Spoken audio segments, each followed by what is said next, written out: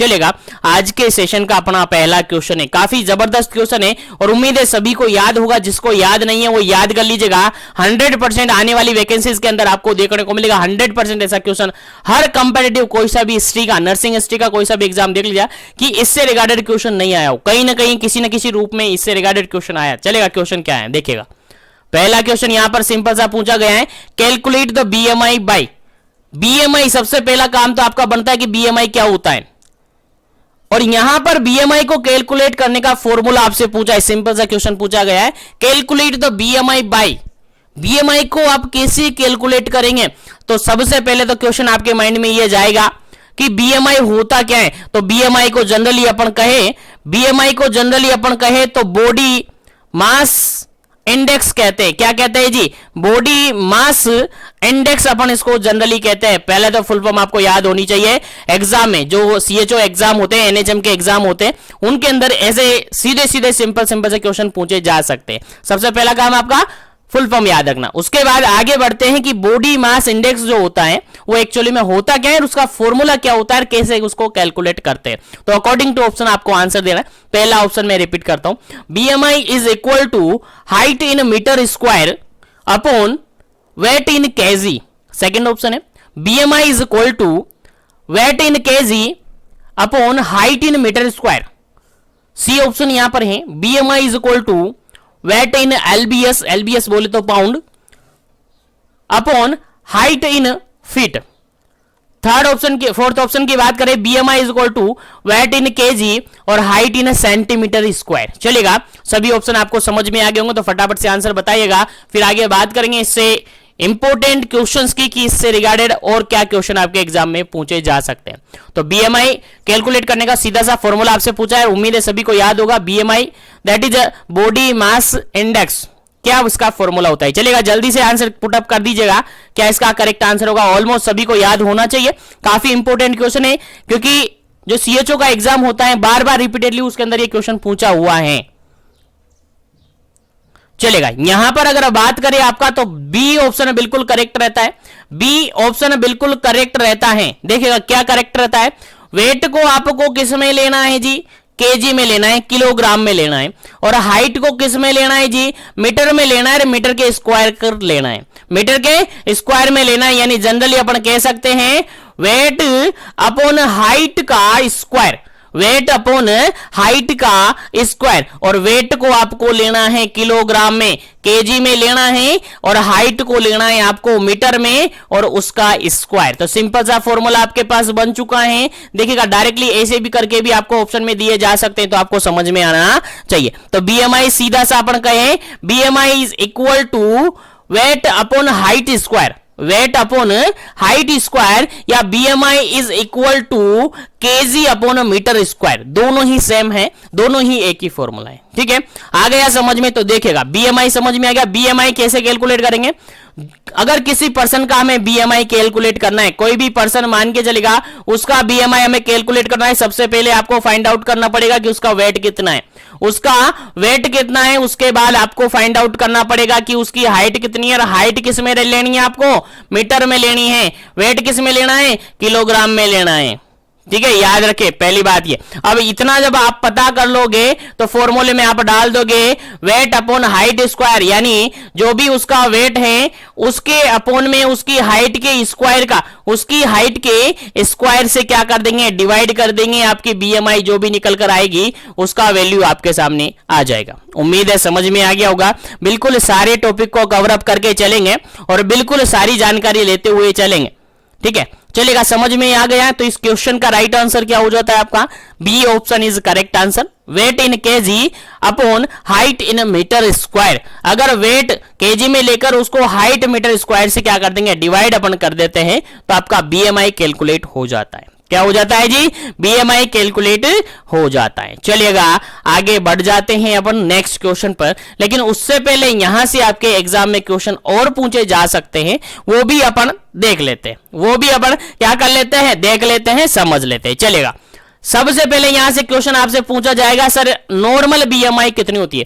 कोई भी पर्सन है, कोई भी हेल्दी पर्सन है, उसकी नॉर्मल बीएमआई कितनी होगी? चलिए देखते हैं, जानकारी ले लेते हैं। नॉर्मल बीएमआई सबसे पहले बात करते हैं अपन नॉर्मल बीएमआई। तो नॉर्मल जो बीएमआई होती हैं, बीएमआई जो होती हैं वो होती हैं आपकी, जनरली बात करें तो 18.5 से लेकर 24.9 होती हैं। कितनी होती हैं? 18.5 से लेकर 24.9 तक होती है। 18.5 से लेकर 24.9 तक ये होती हैं। आपको याद रखना है, ये आपकी नॉर्मल बीएमआई होती हैं, नॉर्मल बीएमआई होती हैं, याद रखेगा। 18.5 से लेकर 24.5 क्वेश्चन आया हुआ है एग्जाम में, इसलिए आपको याद रखना है, भूलना नहीं है बिल्कुल भी। चलेगा, आगे बात अपन करें तो आगे बात अपन करें इसी के बाद अगर बात करें नॉर्मल, देखिए बीएमआई या तो कम हो सकती है या ज्यादा हो सकती है। अगर कम होगी तो क्या होगा, ज्यादा होगी तो क्या होगा, उसको अपन डिस्कस करते हैं। देखिएगा, अगर बीएमआई कम हो जाती है, कम कितनी कम हो जाएगी सर? 18.5 से कम हो जाएगी। अगर 18.5 से कम हो जाएगी तो उसको सर हम अंडर वेट कहेंगे जी। क्या कहेंगे जी? अंडर वेट हम उसको कहेंगे। अगर 18.5 से 18.5 से कम हो जाती हैं तो उस वेट को, उस पर्सन को अपन क्या कंसिडर करेंगे सर? वो क्या है? अंडर वेट है। क्या है जी? अंडर वेट है, याद रखिएगा। उसके बाद आगे अपन बात करें, उसके बाद आगे अपन बात करें तो 24.9 तक नॉर्मल है, यानी इसके बाद अगला फेज आएगा 25 से, यानी 25 से लेकर 29.9 तक की अगर बात करें, 25 से लेकर 29.9 तक की अगर बात करें तो फिर ये क्या हो जाएगा? देखिए, अंडरवेट हो गया, ये नॉर्मल हो गया। नॉर्मल के बाद क्या हो जाएगा? ओवरवेट में आएगा जी। किस में आएगा जी? ओवरवेट में आएगा। तो ध्यान रखिए, 3 क्वेश्चन यहां पर बन गए, 3 क्वेश्चन आपको याद रखने, 3 क्वेश्चन यहां पर बन गए। आगे बात अपन करें तो देखिएगा, यहां पर 29.9 है, यहां पर 29.9 है, यहां तक ओवरवेट में कंसीडर किया है। लेकिन अगर 29.9 से ज्यादा हो गया है, मतलब 30 हो गया है और 30 से ज्यादा हो गया है, तो ऐसी कंडीशन को अपन क्या कहते हैं जी? ओबेस कहते हैं, ओबेसिटी कहते हैं। क्वेश्चन आपके एग्जाम में पूछा जा सकता है, एक ओबेस पर्सन है तो आप कितनी बीएमआई कंसीडर करेंगे? तो सीधा सा आंसर आपका जाएगा सर, वहां पर हम कंसीडर करेंगे कि उस पर्सन की जो बीएमआई है वो 30 से ज्यादा होगी, मोर देन 30 बीएमआई से ज्यादा होगी तो हम कंसीडर करेंगे कि वो पर्सन कैसा है? ओबेस है। वो पर्सन कैसा है? ओबेस है। ओबेस मतलब कि मोटा है, ओबेस मतलब कि मोटा है, याद रखिए, भूलना नहीं है। अब यहां पर आगे मैं यहीं पर बताना चाहूंगा आपको कि ओबेसिटी अगर बात करें तो ओबेसिटी को भी अपन 3 तरीके से कन्वर्ट कर सकते हैं, 3 तरीके से कंसीडर कर सकते हैं ओबेस पर्सन को। देखिएगा, ओबेस पर्सन को अगर बात अपन करें तो ओबेस पर्सन को भी 3 तरीके से कंसीडर अपन करेंगे, टाइप फर्स्ट, टाइप सेकंड और टाइप थर्ड। देखिएगा, फर्स्ट क्लास की अगर बात करें, क्लास फर्स्ट की अगर बात करें ओबेसिटी की, तो इसके अंदर जनरली जो बीएमआई को कंसीडर किया गया है वो किया गया है 30 से लेकर 34.9 तक बीएमआई अगर है, 30 से लेकर 34.9 तक अगर बीएमआई है तो उसको अपन जनरली कहते हैं क्लास फर्स्ट का obesity, class first obese person उसको अपन कहते हैं। लेकिन अगर बीएमआई 35 से ज्यादा और 39.9 तक पहुंच जाती है तो उसको क्लास सेकंड में कंसीडर किया जाता है। किस में? क्लास सेकंड में कंसीडर किया जाता है। और अगर बीएमआई इक्वल टू और मोर देन 40 हो जाए, बीएमआई इक्वल टू और मोर देन 40 हो जाए तो उसको थर्ड क्लास का अपन ओबेसिटी बोलते हैं, यानी काफी ज्यादा मोटापा यहां पर आ जाता है, काफी ज्यादा ओबेसिटी यहां पर हो जाती है। उम्मीद है सभी क्वेश्चन कवर अप हो चुके हैं, सभी क्वेश्चन आपको समझ में आ गए। सबसे पहला क्वेश्चन पढ़ा, बीएमआई क्या होती है, आपको समझ में आ गया। BMI that is a body mass index होती है, फुल फॉर्म समझ में आ गया। फॉर्मूले की अगर अपन बात करें तो फॉर्मूला सीधा सा हमने डिस्कस किया था कि आपको हाइट को तो वेट को लेना है पहले केजी में और उसको डिवाइड कर देना है आपकी हाइट के मीटर स्क्वायर से, आपकी हाइट के स्क्वायर से क्या कर देना है? डिवाइड कर देना है, तो आपका क्या निकल कर आ जाएगा? बीएमआई निकल कर आ जाएगा। उसके बाद हमने डिस्कस किया उसके बाद हमने डिस्कस किया नॉर्मल बीएमआई। नॉर्मल बीएमआई आपकी होती है 18.5 से लेकर 24.9। याद रखना है, इंपॉर्टेंट क्वेश्चन है, स्टार बनाकर रख लीजिएगा। उसके बाद इसकी बात अगर करें तो अगर बीएमआई कम हो जाती है, कम कितनी सर 18.5 से 18.5 से कम हो जाती है तो उसको अंडरवेट कहेंगे। और अगर बीएमआई 24.9 से ज्यादा हो जाती है और कहां तक 29.9 तक अगर रह जाती है तो वो ओवरवेट में आता है। और अगर 30 से ज्यादा निकल जाती है तो ओबेसिटी में आ जाता है। ओबेसिटी को आगे जाकर 3 क्लासेज में अपने डिवाइड किया। क्लास फर्स्ट जिसके अंदर 30 से लेकर 34.9 बीएमआई रहेगी। सेकंड क्लास की बात करें 35 से लेकर 39.9 तक की मानी जाएगी। और ओबेसिटी थर्ड क्लास की अगर अपन बात करें तो मोर देन और इक्वल टू 40 बीएमआई अगर हो जाएगी तो उसको अपन थर्ड क्लास के अंदर शामिल करेंगे। तो उम्मीद है यहां तक का पहला क्वेश्चन कंप्लीटली समझ में घुस गया होगा आपके भेजे में। चलिएगा आगे बढ़ता हूं, लेकिन जो भी क्लास में जुड़े हुए हैं क्लास को लाइक शेयर करते रहिएगा ताकि सभी तक पहुंच जाए, सभी क्लास का बेनिफिट ले सके। साथ ही चैनल को सब्सक्राइब नहीं किया तो कर लीजिएगा। चलेगा नेक्स्ट क्वेश्चन की बात कर लेते हैं। नेक्स्ट क्वेश्चन आपके सामने सेकंड नंबर क्वेश्चन है, काफी इंपॉर्टेंट क्वेश्चन है, आपके एग्जाम में पूछा जा सकता है। देखिएगा सेकंड नंबर क्वेश्चन कहता क्या है, द डेली रिक्वायरमेंट या रिकमेंडेड डाइटरी अलाउंस आरडीए, जिसका नाम आपने सुना होगा RDA, the daily recommended dietary allowance for calcium in pregnancy and lactation. यानी एक लेडी है जिसके अंदर प्रेगनेंसी है या फिर लैक्टेटिंग मदर है, उसके अंदर कैल्शियम का आरडीए कितना होना चाहिए। कैल्शियम से रिगार्डेड क्वेश्चन पूछा गया है, यानी उस लेडी को पर डे के अकॉर्डिंग कितनी कैल्शियम देनी जरूरी होती है। किस लेडी को, प्रेग्नेंट लेडी को या फिर लैक्टेटिंग मदर को। आंसर देना है अकॉर्डिंग टू ऑप्शन। पहला ऑप्शन यहां पर आपका है 1200 mg per day, 1200 mg per day. Second option है 1400 mg per day, 1400 mg per day. Third option है 1500 mg per day, 1500 mg per day. Fourth option है 1600 mg per day, 1600 mg per day. चलेगा answer आपको देना है फटाफट से, क्या इसका करेक्ट आंसर होगा। फिर आगे बढ़ेंगे अपन नेक्स्ट क्वेश्चन पर। उम्मीद है आपको समझ में आ रहा होगा सेशन और याद रह रहा होगा क्लासेस। चलेगा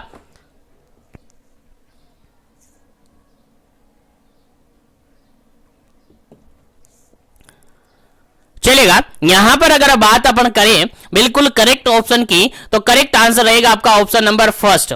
ऑप्शन नंबर फर्स्ट बिल्कुल करेक्ट आंसर है। ऑप्शन नंबर फर्स्ट बिल्कुल करेक्ट आंसर है। 1200 mg पर डे आपकी डेली अलाउंस होती है, किसकी, कैल्शियम की। यानी एक प्रेग्नेंट लेडी को या लैक्टेटिंग मदर को अगर कैल्शियम रिक्वायरमेंट की बात करें, कैल्शियम का आरडीए की अगर बात करें तो कितना देते हैं जी सर, 1200 mg देते हैं। कितना देते हैं, 1200 mg पर डे के अकॉर्डिंग। याद रखना है, आपको याद रखना है क्योंकि एग्जाम में पूछा जाएगा। चलिएगा आगे बढ़ते हैं नेक्स्ट क्वेश्चन पर। उम्मीद है क्वेश्चन समझ में आ गया। चलिएगा नेक्स्ट क्वेश्चन की बात करें, काफी सिंपल सा काफी इजी सा क्वेश्चन है और प्रीवियसली जितने नर्सिंग कॉम्पिटिटिव एग्जाम हो चुके हैं उनके अंदर एज इट इज क्वेश्चन आया हुआ है या थोड़ा सा लैंग्वेज चेंज करके क्वेश्चन आया हुआ है, लेकिन क्वेश्चन है इंपॉर्टेंट है, लेकिन आपको डाटा याद रखना पड़ेगा। चलिएगा थर्ड क्वेश्चन है आपका। थर्ड क्वेश्चन यहां पर कहता क्या है, सिंपल सा क्वेश्चन ये कह रहा है, the foetal moment felt by the mother is known as. देखिएगा सिंपल सा क्वेश्चन यहां पर ये पूछा गया है, the foetal moment felt by the, first foetal moment कहा गया है, ठीक है। The first foetal moment felt by the mother is known as. एक मदर है, प्रेग्नेंट लेडी है और प्रेग्नेंट लेडी को सबसे पहला मोमेंट फील हुआ है अपने बेबी का, फीटस का पहला मोमेंट फील हुआ है, मोमेंट फील हुआ है यानी बच्चे की हलचल हुई है, बच्चे ने लात मारी है। तो बताइए उसको अपन क्या कहते हैं। आंसर आपको देना है, ऑप्शन आपके सामने है। पहला ऑप्शन देखिएगा चैडविक साइन अपन उसको कहेंगे। थर्ड सेकंड ऑप्शन देखेगा ओशियंडर साइन अपन उसको कहेंगे।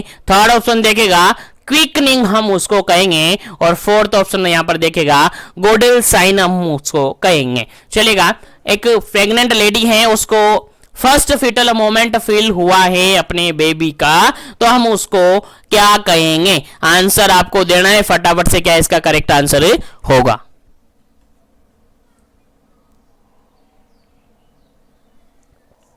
चलेगा यहां पर अगर बात करें अपन तो फर्स्ट फीटल मोमेंट हुआ है, फर्स्ट फीटल मोमेंट फील हुआ है किसको, मदर को। तो उसको अपन कहते हैं जनरली, क्या कहते हैं जी, बिल्कुल उसको कहते हैं ऑप्शन नंबर सी कहते हैं। सभी को आंसर देना है। कॉन्फिडेंस जब ही जनरेट होगा जब आप क्वेश्चन का आंसर करेंगे। क्वेश्चन का अगर आंसर आप करते हैं आपका सही निकले या गलत निकले वो बाद की बात है, लेकिन क्वेश्चन जब तक आप नहीं करेंगे, क्वेश्चन का आंसर आप जब तक नहीं करेंगे आपका कॉन्फिडेंस नहीं बढ़ेगा। मैं कहता हूं इसलिए क्वेश्चन का आंसर जरूर करना चाहिए, चाहे गलत निकले चाहे सही निकले। यहां गलत हो जाएगा दुख नहीं है, लेकिन एग्जाम में गलत हो जाए बहुत दुख होता है। एक क्वेश्चन भी गलत हो जाए बहुत दुख होता है, क्योंकि अभी रिसेंटली जो बीपीसीसीएचएन का एग्जाम हुआ उसमें काफी सारे लोग ऐसे हैं जिन्होंने मुझे कमेंट्स किया, मुझे मैसेज किया कि सर 70 आप 70 आ जाते हमारे, लेकिन एक क्वेश्चन हमने गलती से गलत कर दिया। 70 आप 70 क्वेश्चन सही हो जाते, लेकिन एक क्वेश्चन गलती से गलती हो गया कि हमने पेपर में सही भर दिया, गोला गलत भर दिया। तो गलती ना करे, गलती नहीं करे। मैंने यही कहा था एग्जाम में जाने से पहले भी, सबसे कहा था, मैसेज भी डाला था मैंने कि क्वेश्चन को 3 बार देखिए, गोला भरने में ज्यादा जल्दबाजी ना करे, क्योंकि टाइमिंग आपके पास सफिशिएंट है। और बहुत से लोगों ने तो ये भी कहा मुझे कि सर हमने केवल और केवल 20 मिनट में पेपर सॉल्व कर लिया था। 2 घंटे का पेपर, 2 घंटे का पेपर केवल 20 मिनट में हमने सोल्व कर लिया था। क्या कॉन्फिडेंस है। तो सब कुछ क्या कहा उन्होंने कि सर अगर आप क्लासेस नहीं लेते तो शायद हम नहीं कर पाते। तो सबके लिए एक बार कॉन्ग्रेचुलेशन और सबको थैंक यू कि आप सबने इतना ट्रस्ट किया जीवन एजुकेशन पर, उस तरीके से कंटिन्यू आप पढ़े और उसका रिजल्ट आपके सामने है, देखिए।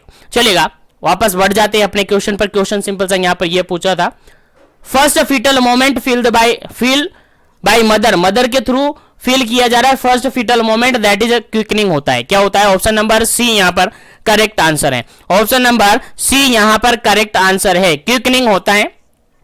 अब अगर अपन बात करें क्विकनिंग जनरली कब फील होता है, क्विकनिंग का अगर जल्दी से अपन बात करें, जनरली बात करें तो क्विकनिंग जनरली जो फीटस है, जो मदर है, उसको कब फील होता है, कितने टाइम पीरियड में होता है। जो जनरली अगर बात करें, अगर लेडी प्राइमी ग्रेविडा है यानी फर्स्ट टाइम प्रेग्नेंट हुई है, तो जनरली क्विकनिंग की कंडीशन देखने को मिलती है जनरली 18 टाइम में, 18 वीक के समथिंग देखने को मिलती है, अराउंड 18 वीक की देखने को मिलती है। लेकिन अगर जो लेडी है मल्टी ग्रेविडा है यानी मोर देन 2 बार वो क्या हो चुकी है, प्रेग्नेंट हो चुके हैं, तो ऐसी कंडीशन में जो क्विकनिंग देखने को मिलती है जनरली 16 वीक पर देखने को मिलती है। याद रखेगा, इंपॉर्टेंट क्वेश्चन है।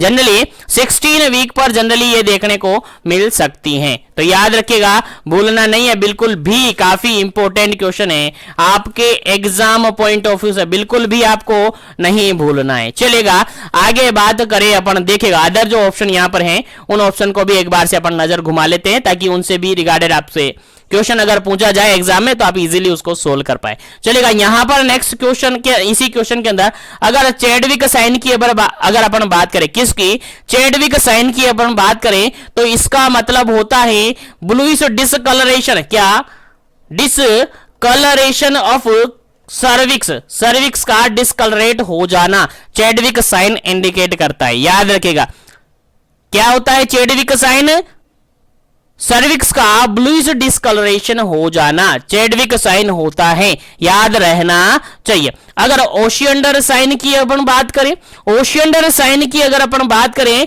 इसका मीन्स होता है इंक्रीज पल्सेशन, इंक्रीज पल्सेशन, याद रखेगा। और कौन सा pulsation, vaginal pulsation, vaginal pulsation देखने को मिलता है, इंक्रीज वेजाइनल पल्सेशन यहां पर देखने को मिलता है। क्विकनिंग मतलब समझ गए, क्विकनिंग मतलब first foetal moment felt by the mother. और फोर्थ ऑप्शन यहां पर था गोडल साइन, और गोडल साइन जनरली अपन कहते हैं सॉफ्टनिंग ऑफ सर्विक्स। क्या, सॉफ्टनिंग ऑफ सर्विक्स। याद रखिएगा, इंपॉर्टेंट क्वेश्चन है, सारे क्वेश्चन आपके एग्जाम में पूछे जा सकते हैं। और गोडल साइन और चैडविक साइन तो एग्जाम में पूछा भी हुआ है प्रीवियसली कॉम्पिटिटिव एग्जाम्स के अंदर, तो याद रखेगा, काफी इंपॉर्टेंट क्वेश्चन है। चलेगा आगे बात करते हैं अपन नेक्स्ट क्वेश्चन की, और नेक्स्ट क्वेश्चन आपके लिए काफी इंपॉर्टेंट है। देखिए 4th नंबर क्वेश्चन है, और कहता क्या है, देखिए number of antenatal visit should be at least. देखिएगा, और ये क्वेश्चन आप सबको याद है, आपके एग्जाम में बीपीसीसीएचएन के एग्जाम में पूछा हुआ है, और अदर कॉम्पिटिटिव एग्जाम के अंदर भी ये क्वेश्चन पूछा हुआ है। कि जो एंटीनेटल विजिट हम करते हैं एटलीस्ट कितने एंटीनेटल विजिट जरूरी होते हैं, कितने एंटीनेटल विजिट करने होते हैं, एटलीस्ट मिनिमम एंटीनेटल विजिट आपसे पूछे जाते हैं एग्जाम के अंदर। चलेगा, ऑप्शन आपके सामने आंसर देना है। पहला ऑप्शन यहां पर 5 करने हैं, सेकंड ऑप्शन यहां पर है 3 करने हैं, थर्ड ऑप्शन यहां पर है 4 करने हैं और फोर्थ ऑप्शन यहां पर है 2 करने हैं। चलिएगा, आंसर पुटअप कर दीजिएगा अपना, क्या इसका करेक्ट आंसर होगा।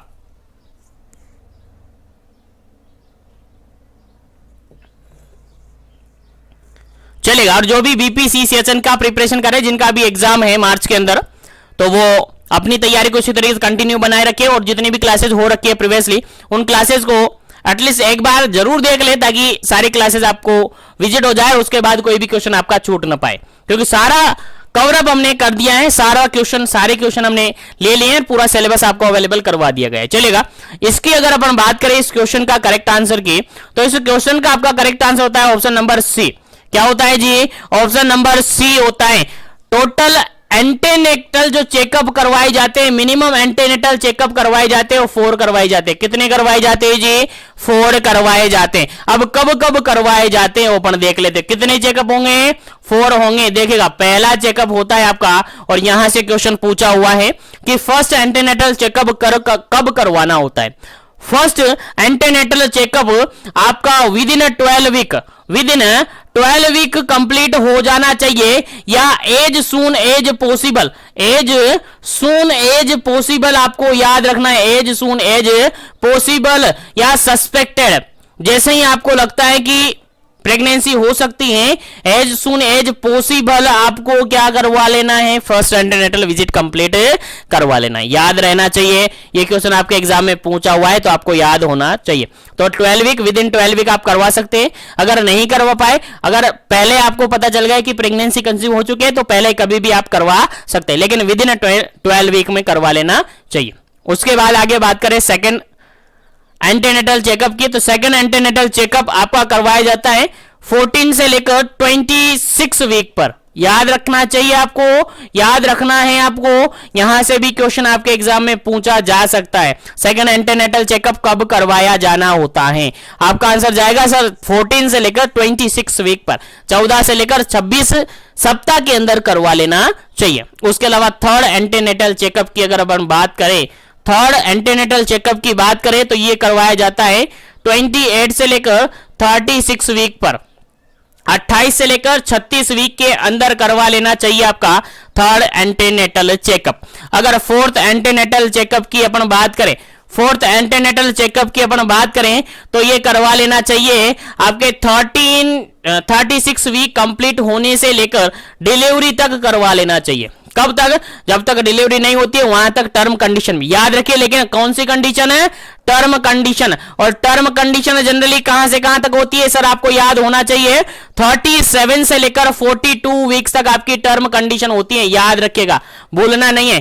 कहां तक होती है? 37 से लेकर आपकी कहां तक? 42 वीक तक की आपकी टर्म कंडीशन होती है। तो दोनों तीनों क्वेश्चन आपको यहां से याद होने चाहिए। फर्स्ट एंटीनेटल चेकअप कब करवाना है, सेकंड कब करवाना है, थर्ड कब करवाना है, फोर्थ कब करवाना है। टोटल कितने करवाने हैं जी? 4 करवाने। टोटल कितने हो गए जी? 4 एंटीनेटल चेकअप करवाने जरूरी होते हैं। चलेगा, आगे बढ़ते हैं और आगे नेक्स्ट क्वेश्चन आपके सामने, और ऑलमोस्ट काफी इंपॉर्टेंट क्वेश्चन है आपके एग्जाम पॉइंट ऑफ व्यू से।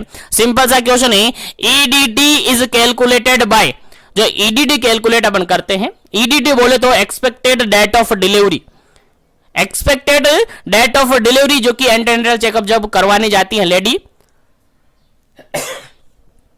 तो उस लेडी से हिस्ट्री पूछा जाता है उसके एलएमपी का। एलएमपी बोले तो लास्ट मेंस्ट्रुअल पीरियड, ठीक है, उसका एलएमपी पूछा जाता है। उसके बाद कैलकुलेट करके बताया जाता है कि आपकी डिलीवरी इस टाइमिंग पर हो सकती है। अभी एग्जांपल के थ्रू अपन समझेंगे, पहले आंसर आपको देना है कि ईडीडी कैलकुलेट करना है आपको, कौन सा फॉर्मूला आप अप्लाई करेंगे। पहला ऑप्शन यहां पर है एलएमपी प्लस 9 मंथ आप लगाएंगे। सेकंड ऑप्शन है LMP plus 9 month plus 7 days आप लगाएंगे। थर्ड ऑप्शन है LMP plus 9 month plus 7 week आप लगाएंगे। और फोर्थ ऑप्शन है LMP plus 9 month plus 10 days आप लगाएंगे। कौन सा फॉर्मूला आप अप्लाई करेंगे कि आपकी ईडीडी कैलकुलेट हो जाएगी इजीली? चलेगा, आंसर दीजिएगा, क्या इसका करेक्ट आंसर होगा?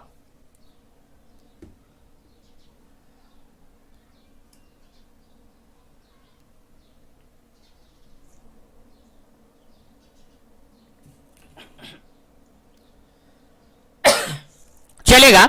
यहां पर अगर अपन बात करें, देखो ईडीडी की अपन बात करते हैं तो जनरली जो ईडीडी अपन चेकआउट करते हैं, ईडीडी को जो अपन एक्सपेक्ट करते हैं उसको करते हैं अपन। ऑप्शन नंबर यहां पर आपका बिल्कुल सही रहेगा, ऑप्शन नंबर बी बिल्कुल करेक्ट आंसर रहेगा। ऑप्शन नंबर बी बिल्कुल करेक्ट आंसर रहेगा आपका। एलएमपी के अंदर जो भी एलएमपी हैं आपकी, अभी बात करेंगे एलएमपी क्या होता है, लास्ट मेंस्ट्रुअल पीरियड, ठीक है, लास्ट मेंस्ट्रुअल पीरियड है उसका एलएमपी हो जाता है, ठीक है। उसके बाद उसके अंदर आपको 9 मंथ ऐड करने हैं, उसके बाद आपको 7 डेज क्या करने हैं, ऐड करने हैं, आपका एलएमपी निकल कर आ जाता है। लाइक एग्जांपल की अगर अपन बात करते हैं, एग्जांपल की अगर अपन बात करें तो एक प्रेग्नेंट लेडी है जिसका लास्ट मेंस्ट्रुअल पीरियड, जिसका लास्ट मेंस्ट्रुअल पीरियड यानी एलएमपी जो था वो था आपका 2 जनवरी को और 2021 को। चलेगा, बताइए, कैलकुलेट कीजिएगा, आप कैलकुलेट कीजिएगा डिलीवरी कब होगी उसकी, उसका ईडीडी क्या होगा। देखिएगा 2 जनवरी 2021 2/1/2021 को उसका एलएमपी था, अब उसकी डिलीवरी कब होगी, फटाफट से कैलकुलेट करके आंसर पुटअप कीजिएगा। कमेंट सेक्शन आपके लिए खाली है, फटाफट से आंसर दीजिएगा। चलेगा, यहां पर अगर बात अपन करते हैं तो देखिएगा, जोड़िए 2, 1 और 21, 2 इसके अंदर देखिएगा डेट में आप क्या जोड़ना है, क्या जोड़ना है आपको, देखिएगा सबसे पहला 2, 1 और 22 1 यहां पर है, ठीक है। इसके अंदर आपको क्या ऐड करना है, ये तो आपका एलएमपी हो गया, तो एलएमपी में आपको क्या ऐड करना है, 9 मंथ ऐड करना है। क्या करना है जी, 9 मंथ ऐड करना है और 7 डे आप ऐड कर देना है। क्या करना है, 7 डे आपकी ऐड करना है। तो इस 7 डे को पहले आपके डेट के अंदर ऐड कर लीजिएगा, तो 2 के बाद 7 ऐड करेंगे तो कितना हो गया आपका, 9 हो गया, 9 हो गया। कितना आ गया, 2 में आपने 7 ऐड किया तो 9 हो गए। उसके बाद आपने मंथ की बात करी तो मंथ यहां पर कितना है, 1 में आप 9 ऐड करेंगे तो कितना हो गया, 10 हो गया। और यहां पर देखिएगा 22 तो सेम ही रहेगा, क्योंकि अभी महीना, क्योंकि अब आपका ईयर चेंज नहीं हुआ है। तो क्या होगी, डिलीवरी कब होगी उस लेडी की, 9/10/2021 के समथिंग उसकी डिलीवरी होगी। अब बिल्कुल एक्सपेक्ट है क्या, बिल्कुल 100% सही है क्या, ईडीडी की, ईडीडी पर एक डिलीवरी होती है। तो जरूरी नहीं है कि हर पर्सन, हर लेडी की ईडीडी के दिन ही डिलीवरी हो, किसी का पहले हो जाती है 1 वीक, किसी का 1 वीक बाद में हो जाती है। तो अराउंड 1 वीक का फैसला लेकर चलते हैं, लेकिन काफी ज्यादा केसेस में ऐसा नहीं हुआ है, लेकिन कुछ केसेस में ऐसा होता है कि जितने ईडीडी कैलकुलेट हुई उसी दिन उसकी डिलीवरी हो जाती है। तो इस तरीके से आप ईडीडी कैलकुलेट कर सकते हैं। उम्मीद है समझ में आ गया है। तो आगे बढ़ जाते हैं अपना नेक्स्ट क्वेश्चन पर, और नेक्स्ट क्वेश्चन सिंपल सा यहां पर पूछा गया है। देखिएगा नेक्स्ट क्वेश्चन है सिंपल सा, यहां पर आपके सामने पूछा गया है, reason of fundal height less than the period of gestation.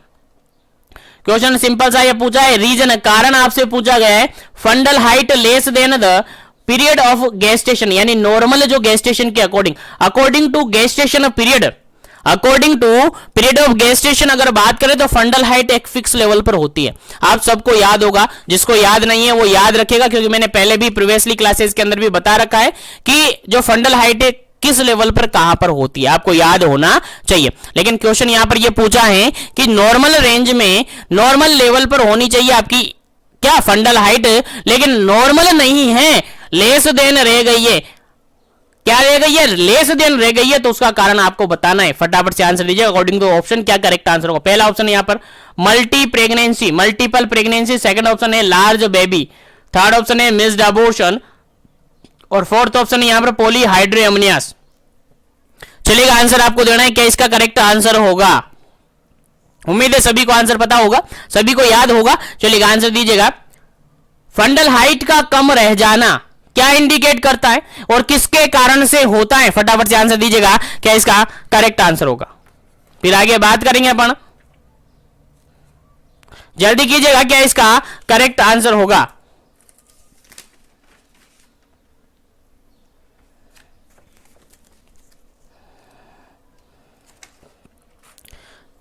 चलिए, यहां पर अगर बात अपन करें तो देखिएगा देखिएगा आप सबको पता है, जनरल बात है, अगर एलिमिनेशन मेथड यहां लगाते हैं तो इजीली निकल जाता है। देखिएगा मल्टी प्रेगनेंसी है, मल्टीपल प्रेगनेंसी है, और मल्टीपल प्रेगनेंसी है तो फंडल हाइट कम रहेगा कि ज्यादा रहेगा? सर नहीं, ज्यादा रहेगा, ज्यादा इंक्रीज यहां पर देखने को मिलेगा। क्या देखने को मिलेगा? इंक्रीज देखने को मिलेगा। अगर सेकंड ऑप्शन की बात अपन करें, लार्ज बेबी है, बेबी ऑलरेडी लार्ज है तो फंडल हाइट कम रहेगी कि ज्यादा रहेगी? सर नहीं, ज्यादा रहेगी। अगर पॉलीहाइड्रेमनिया से एमनेटिक फ्लूइड का लेवल ज्यादा है तो क्या रहेगी? सर हाइट ज्यादा देखने को मिलेगी। लेकिन क्वेश्चन में क्या पूछा है? लेस पूछा है, और लेस यहां पर अबॉर्शन हो चुका है। ऑप्शन नंबर थर्ड यहां पर करेक्ट आंसर है। ऑप्शन नंबर थर्ड यहां पर करेक्ट आंसर है, क्योंकि लेडी के अंदर क्या हो चुका है? एबॉर्शन हो चुका है, और एबॉर्शन हो चुका है तो उसकी फंडल हाइट कम रहेगी कि ज्यादा रहेगी? सर नहीं, एबॉर्शन हो चुका है तो फंडल हाइट क्या हो जाएगी? डाउन हो जाएगी। फंडल हाइट क्या हो जाएगी? गिर जाएगी, डिक्रीज हो जाएगी। That indicate missed abortion. तो इस क्वेश्चन का बिल्कुल करेक्ट आंसर क्या हो जाता है आपका? ऑप्शन नंबर सी, क्योंकि तीन ऑप्शन फंडल हाइट को बढ़ा रही हैं, लेकिन एक ही ऑप्शन ऐसा है जो कि फंडल हाइट को डिक्रीज करवा रहा है। और आपसे क्या पूछा था कि फंडल हाइट नीचे गिर रही है, कम रह गई है, उसका रीजन आपको बताना है। तो यहां पर आंसर क्या हो जाएगा? मिस्ड अबॉर्शन करेक्ट आंसर है। बिल्कुल याद रखना है, आपको भूलना नहीं है। इसी से रिगार्डेड क्वेश्चन आपसे पूछा जा सकता है। हाइट इंक्रीज होने का भी पूछा जा सकता है, और डिक्रीज होने का, लेस देन देने का भी पूछा जा सकता है। तो याद रखना है, आपको भूलना नहीं है। चलेगा नेक्स्ट क्वेश्चन की बात करते हैं। और नेक्स्ट क्वेश्चन सिंपल सा आपसे पूछा गया, काफी इंपॉर्टेंट क्वेश्चन है, काफी इंपॉर्टेंट क्वेश्चन है। क्वेश्चन सिंपल सा ये कह रहा है, all pregnant women need to be given one tablet of iron and folic acid. Iron और फोलिक एसिड की जो टेबलेट देते हैं अपन प्रेग्नेंट लेडी को, आयरन एंड फोलिक एसिड की टेबलेट देते हैं, तो उस एक टेबलेट के अंदर कितना तो एलिमेंटल आयरन होता है और कितना फोलिक एसिड उसके अंदर शामिल होता है? आंसर देना है आपको फटाफट से। क्या इसका करेक्ट आंसर होगा? वन आयरन टेबलेट के अंदर क्या क्या कंपोजिशन होता है? आंसर आपको देना है। कितना कितना कंपोजिशन होता है एलिमेंटल आयरन का और फोलिक एसिड का? आंसर देना है। पहला ऑप्शन देखिएगा यहां पर 50 mg तो एलिमेंटल आयरन और 0.5 mg folic acid. Next option है 100 mg एलिमेंटल आयरन और 0.5 mg folic acid. Third option है 150 mg एलिमेंटल आयरन और 1.5 mg folic acid. Third option है 200 mg एलिमेंटल आयरन और 1.0 mg फोलिक एसिड। चलिएगा आंसर आपको देना है फटाफट से। क्या इसका करेक्ट आंसर होगा? काफी इंपॉर्टेंट क्वेश्चन है, आपके एग्जाम में पूछा जा सकता है। चलिएगा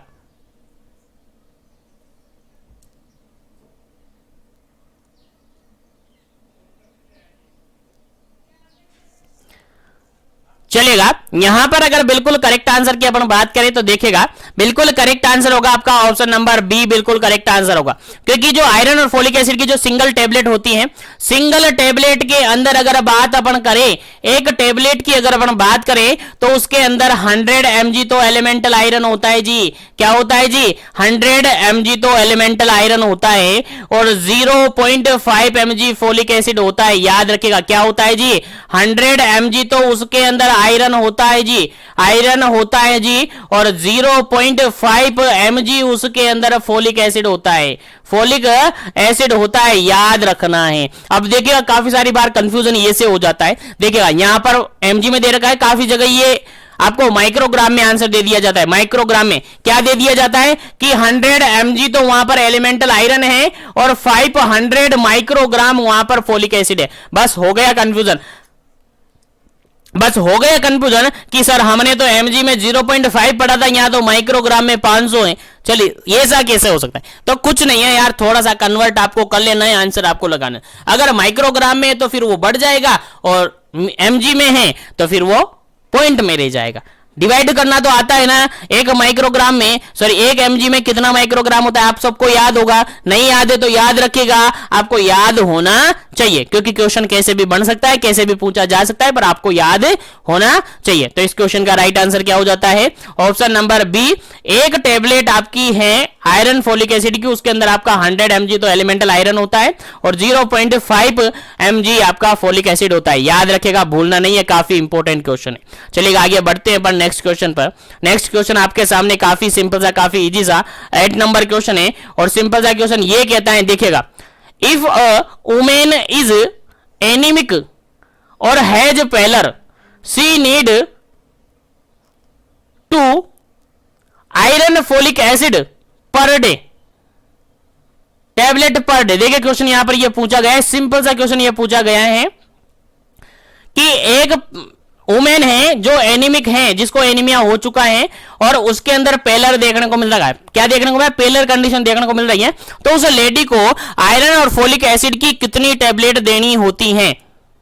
कितनी टैबलेट देनी होती है अकॉर्डिंग टू ऑप्शन? आपको आंसर देना है। पहला ऑप्शन देखेगा यहां पर 100 tablet of iron and folic acid. Second option देखेगा 150 tablet iron of folic acid, और थर्ड ऑप्शन देखेगा 200 tablet of iron folic acid, और फोर्थ ऑप्शन यहां पर है 300 tablet of iron and folic acid. चलिएगा आंसर आपको देना है, क्या इसका करेक्ट आंसर हुआ? एनीमिक हो चुकी है लेडी, एनीमिक हो चुकी है, कंडीशन दे रखी है। अगर नॉर्मल की बात करें तो सबको पता है, लेकिन एनीमिया उसको हो गए हैं। तो अब बताइए क्या इसका करेक्ट आंसर होगा? फिर आगे बात करते हैं अपन नेक्स्ट क्वेश्चन की। चलेगा यहां पर अगर बात करें, देखिएगा नॉर्मल की, सबसे पहली बात कर रहे हैं अपन नॉर्मल की। अगर नॉर्मल है, प्रेग्नेंट लेडी है, नॉर्मल है, तो सिंपल से अपन बात करें उसके अंदर आयरन फोलिक एसिड की टैबलेट तो कितने देते हैं जी? 100 टैबलेट देते हैं। याद रखना है आपको, कितने देते हैं? 100 टैबलेट देते हैं। कितने देते हैं? टैबलेट देते हैं उसको 100। लेकिन अगर लेडी क्या हो चुकी है? एनीमिया उसके अंदर हो चुका है। क्या हो चुका है? एनीमिया उसके अंदर हो चुका है, पेलर उसके अंदर देखने को मिला है। तो फिर आप उसको 100 नहीं 200 देंगे। कितने देंगे? बढ़ा देंगे, 2 टैबलेट देंगे, यानी 200 देंगे। यानी option number C is a correct answer. Option number C is a correct answer. 200 tablet हम उस लेडी को देंगे। कितने देंगे जी? 200 टैबलेट उसको देंगे। याद रखना है जी, याद रखना है, भूलना नहीं है, आपके एग्जाम में पूछा जा सकता है। कितनी टैबलेट होगी? 200 टैबलेट यहां पर देनी होगी। चलेगा आगे बढ़ते हैं नेक्स्ट क्वेश्चन पर, आगे बढ़ते हैं नेक्स्ट क्वेश्चन पर। नेक्स्ट क्वेश्चन आपके सामने काफी सिंपल सा, काफी इजी सा। देखिएगा, anaemia during the pregnancy is confirmed when haemoglobin level is less than. यानी कोई प्रेग्नेंट लेडी है तो उसके अंदर हीमोग्लोबिन का लेवल कितना देखने को मिलेगा कि आपको कंफर्म हो जाएगा कि उस लेडी के अंदर क्या है जी? एनीमिया है। उस लेडी के अंदर क्या है जी? एनीमिया है। तो फटाफट से आंसर पुटअप कर दीजिए, क्या इसका करेक्ट आंसर होगा? पहला ऑप्शन यहां पर 11 ग्राम पर डीएल, सेकंड ऑप्शन है यहां पर 10 ग्राम पर डीएल, थर्ड ऑप्शन यहां पर 13 ग्राम पर डीएल, और फोर्थ ऑप्शन है यहां पर 12 ग्राम पर डीएल। चलिएगा आंसर आपको देना है। एक प्रेग्नेंट लेडी है, उसके अंदर हीमोग्लोबिन का लेवल किससे कम हो जाएगा कि आप कंफर्म कर देंगे कि हाँ लेडी को एनीमिया है?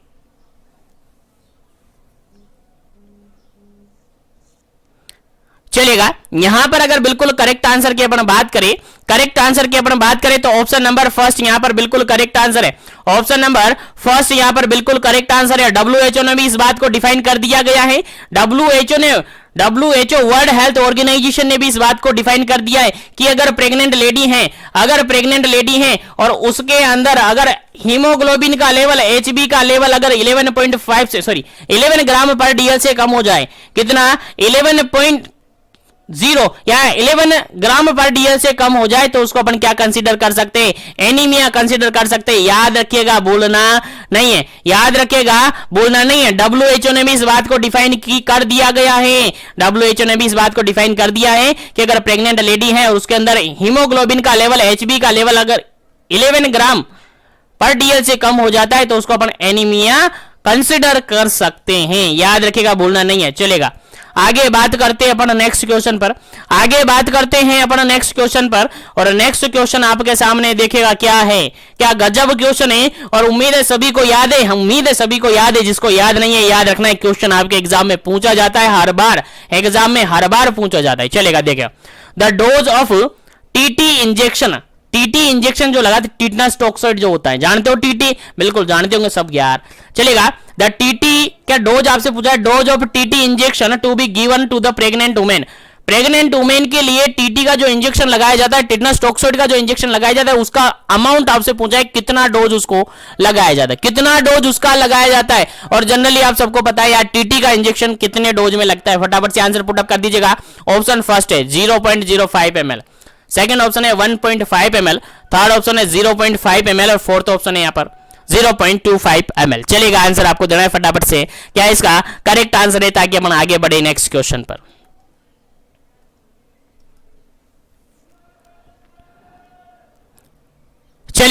सबको पता है टीटी का जो इंजेक्शन लगाते हैं वो 0.5 ml लगाते हैं।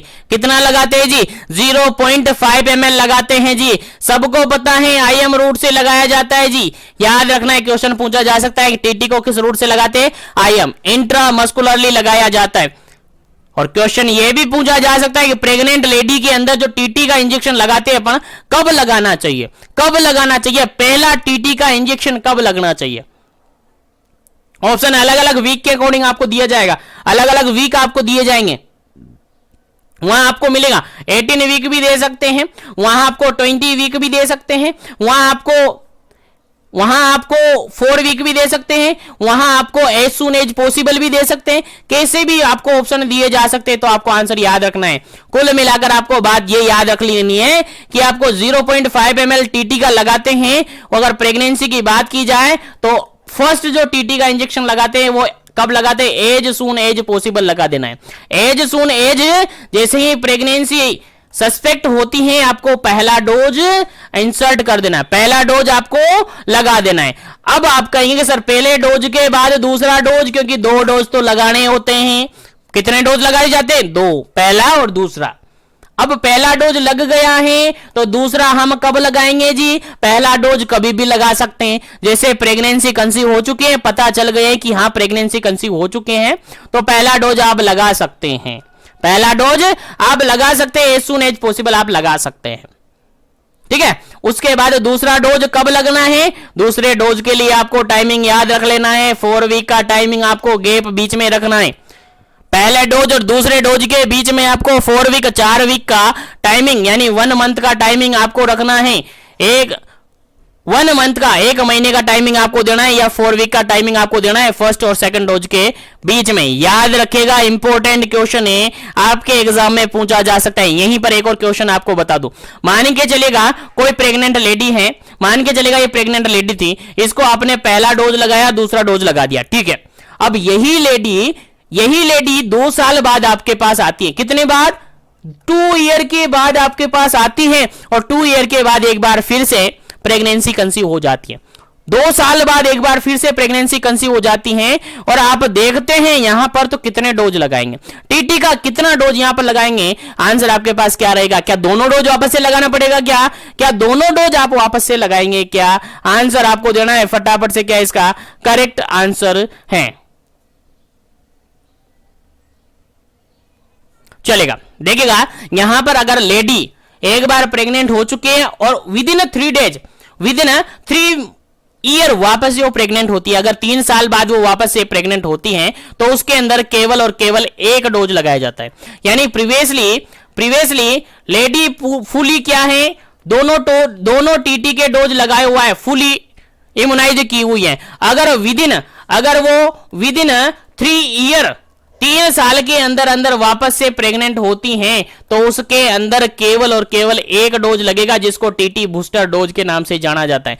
टीटी बूस्टर डोज के नाम से जाना जाता है। याद रखिएगा, इंपॉर्टेंट क्वेश्चन है। अगर 3 साल के अंदर 3 इयर्स के अंदर प्रेगनेंसी कंसीव हो जाती है, तो उसको केवल 1 ही डोज लगेगा नेक्स्ट प्रेगनेंसी के अंदर। लेकिन अगर 3 साल के बाद आती हैं, तो फिर उसके वापस वही 2 डोज वहां पर टीटी के लगाने पड़ेंगे। तो उम्मीद है सारे क्वेश्चन आपको समझ में आ गए होंगे। तो इस सेशन को ज्यादा ज्यादा लाइक करें, ज्यादा ज्यादा शेयर करें, ताकि सभी तक सेशन पहुंचे, सभी तक क्वेश्चन पहुंचे, क्योंकि हम सारे क्वेश्चंस को इसी तरीके से कंटिन्यू सेशन को डिस्कस करेंगे। और आज के सेशन को यहीं पर मैं फिनिश करता हूं। नेक्स्ट क्वेश्चन के रिगार्डेड कल के सेशन में अपन डिस्कस करेंगे रिमेनिंग क्वेश्चन को। इसी तरीके से कंटिन्यू बने रहे हमारे साथ, और इसी तरीके से सेशन का बेनिफिट ले सके, क्योंकि अब हम जो सेशन ले रहे हैं वो आपके एग्जाम पॉइंट ऑफ व्यू से काफी इंपॉर्टेंट रहेंगे।